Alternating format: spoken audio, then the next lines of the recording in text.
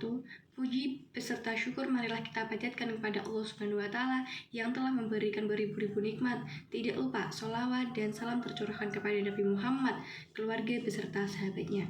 Semoga kita semua mendapatkan syafaatnya dan mendapatkan petunjuk hingga hari kiamat nanti. Amin Allahumma amin.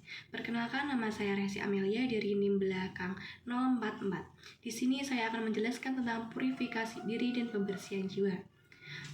Pada dasarnya, manusia adalah seorang yang tidak sempurna. Ada yang baik dan ada yang buruk yang tidak dapat dipisahkan. Semakin dewasa seseorang, semakin tidak murni pikiran dan tubuh. Hal ini disebabkan oleh beberapa faktor, baik faktor internal maupun eksternal. Faktor internal antara lain yaitu moralitas manusia, kurangnya keyakinan dan menguatkan manusia, dan dorongan untuk melakukan tindakan licik tersebut. Di sisi lain, faktor eksternal seperti globalisasi, lingkungan, dan modernisasi yang dapat menyebabkan munculnya gaya hidup yang tidak perlu, yang sangat dipengaruhi oleh lingkungan. Dimensi jiwa yang ada di dalam sebuah perjalanan hidup manusia sangat berpengaruhnya dalam membimbing jalannya keimanan, kebaikan seorang muslim dan keislaman.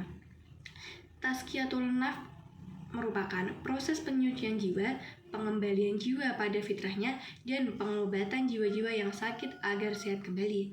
Melalui terapi-terapi sufistik, tazkiyatul nafs bermakna sebuah proses penyucian dari ruh yang jelek dan nafs dari dalam diri menuju kebaikan dan ruh lebih baik dengan mengikuti mempraktikkan hukum Islam. Menurut Al-Ghazali, mengartikan tazkiyatun nafs yaitu suatu proses penyucian jiwa dari kotoran-kotoran, baik kotoran lahir maupun kotoran yang batin. Dalam tasawuf ada 3 macam metode dalam melaksanakan tazkiyah nafs. Yang pertama yaitu metode tahali, kemudian metode tahali, dan yang terakhir yaitu metode tajali. Ketiga metode ini merupakan sebuah rangkaian proses yang berhubungan dan harus dilaksanakan secara berurutan mulai dari metode yang pertama, yaitu tahali. Tahali merupakan pembersihan diri dari sikap dan sifat yang mengikuti dorongan nafsu yang akan mendapatkan dosa. Dalam makna lain, tahali berarti sebagai pembersihan dari sifat-sifat tercela seperti hasud, rasa terpendam, suudzon, dan takabur. Menurut para sufi, maksiat dibagi menjadi 2, yaitu maksiat lahir dan batin. Maksiat lahir yaitu perbuatan tercela yang dilakukan oleh anggota badan, termasuk panca indera, sedangkan maksiat dari batin yang berasal dari hati. Jadi tahali yaitu membersihkan dan membebaskan diri dari berbagai kotoran dan berbagai dosa dengan bertaubat dan beristighfar. Yang kedua yaitu tahali.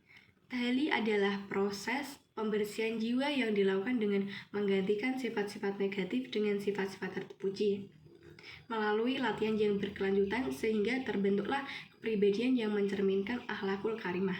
Salah satu untuk melakukan ini adalah melalui berzikir seperti yang diungkapkan oleh Al-Ghazali sebagai pelarut kolbu dengan terus-menerus mengingat Allah. Dan yang ketiga yaitu tajali. Dari serangkaian tahali dan tahali yang dilakukan dengan cara bersungguh-sungguh, yang diharapkan jiwa manusia terbebas dari hawa nafsu, amarah, sehingga terhindar dari perbuatan negatif atau keji. Dan lebih dari itu, dapat mencapai nafsu tertinggi yaitu nafsu mardiyah. Apabila jiwa kita telah terisi dengan sifat mulia dan organ-organ tubuh telah terbiasa melakukan amal-amal soleh untuk melanjutkannya, agar hasil yang diperoleh tidak berkurang, maka perlu penghayatan keagamaan yang akan menimbulkan cinta dan rindu kepadanya. Dan selanjutnya akan terbuka jalan mencapai Tuhan Allah yang Maha Esa. Sekian penjelasan dari saya mengenai purifikasi diri dan pembersihan jiwa. Jika ada kata-kata yang kurang berkenan, mohon dimaafkan. Wassalamualaikum warahmatullahi wabarakatuh.